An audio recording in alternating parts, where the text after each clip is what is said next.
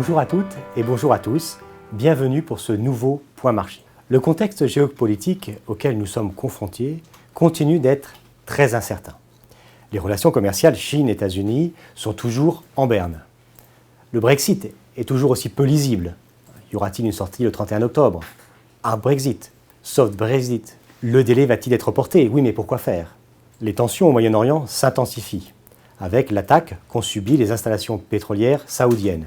Attaque qui faisait suite au sabotage de plusieurs pétroliers dans le détroit d'Ormuz. Et la tonalité des discours prononcés à l'ONU la semaine dernière, très tournée vers plus de protectionnisme et plus de repli sur soi. Ce contexte pèse naturellement sur les échanges commerciaux.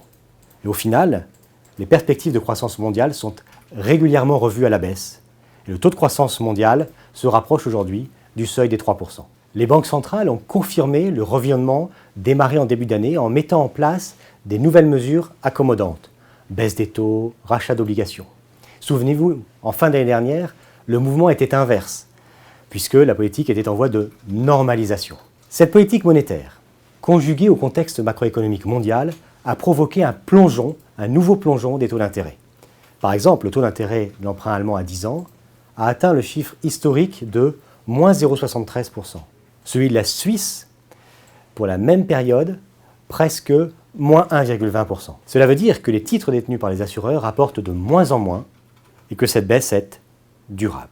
Pour limiter cette baisse, la MIF, au cours du dernier trimestre, a plutôt investi dans la dette émergente.